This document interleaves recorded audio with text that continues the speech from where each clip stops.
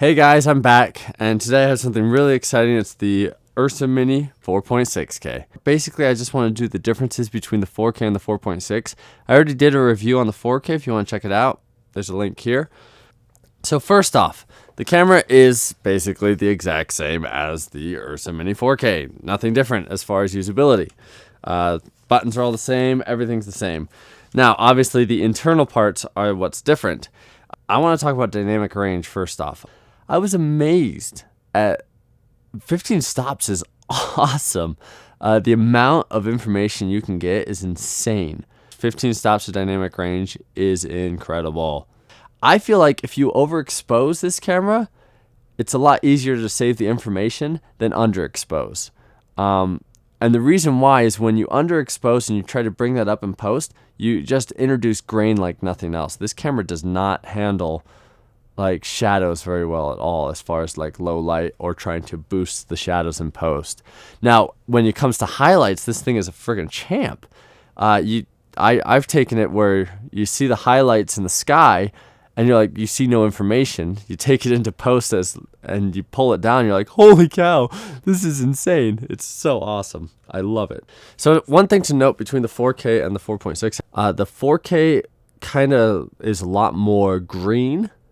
And this one is a lot more magenta. The 4.6K is a lot more magenta. Again, it's super easy to fix, and you just dial it down and it's gone. When you're shooting ProRes, the highest resolution you can shoot is 4K.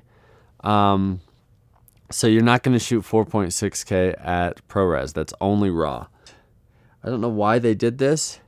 So you can shoot the full RAW at 4608 by 2592, which is, to me, is a really weird number, but whatever. And then you can shoot obviously the 1080 windowed RAW, and then they have another windowed which is 4096 by 2160, which I'm like, why? What? Like, why wouldn't I just shoot the 4.6K? Maybe I save a little bit on my data rates, but really? So yeah. Another thing is if you want to shoot RAW, the full 4.6K. At 60 frames a second, you can. I did it with the dual card mode. Worked fantastic. Had no drop frames, no issues. It was great. Another amazing feature of this camera is you have the 4:1 RAW, which the 4K does not. It also has RAW 1080. You can shoot 120 frames a second at RAW 1080. It's like a little bit wider than typical 1080. It's like 2048 by 1080, so it's a little bit wider, but you get RAW. It's awesome. I did some tests with that and it turned out great. And we're talking full RAW. We're not talking 4:1 RAW. We're not talking 3:1. None of that. You can shoot full RAW 1080 120 frames a second on this. It's windowed. Just note that this camera is native ISO 800 while the 4K is only 400. That basically gives you one extra stop of light, which surprisingly is really helpful. This camera is much better in low light, like much better.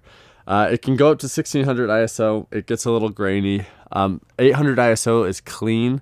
I don't notice any grain. It looks the same basically as the 4K ISO at 400, and then the 1600 is basically the equivalent of 800 ISO as far as grain on the 4K, if that makes any sense. Still, not a low light camera. By no means is this a low light camera, but you can shoot a lot lower light than I was expecting you could. And that, for Blackmagic, that's a good step in the right direction. Another thing that I actually didn't realize, I guess I just didn't read the tech specs well enough, this sensor is actually just slightly bigger than the 4K. So your field of view is just a little bit wider. It's actually really nice. I mean, it's nowhere close to full frame. It's still a Super 35, but the frame of view is just slightly bigger. The only con compared to the 4K and this camera is this one has rolling shutter. They did announce that. The rolling shutter isn't that bad. The camera, because the camera is so heavy, it's not like your DSLR rolling shutter where, every tiny little movement you see this like massive jitter. So you have to have this like huge rig for it. No, because this has some good weight behind it, the rolling shutter you don't notice unless you're doing some like quick whip pan stuff. I would say it's about equivalent to the rolling shutter of the Scarlet or the Epic. This one was one of my favorites. You can see I was shooting and I had a fence that was blocking a lot of the sun. You had this huge shadow. In the shadow, it was probably around an f8. Like on, if you look at her face is in the sun, and that's probably an f32. And then bringing it into post and just working it, it just looked fantastic. I was like, holy cow. That's the 4.6K Ursa Mini. If you have any questions, just comment below. I'll be sure to answer. And be sure to subscribe. Thanks, guys. I appreciate it.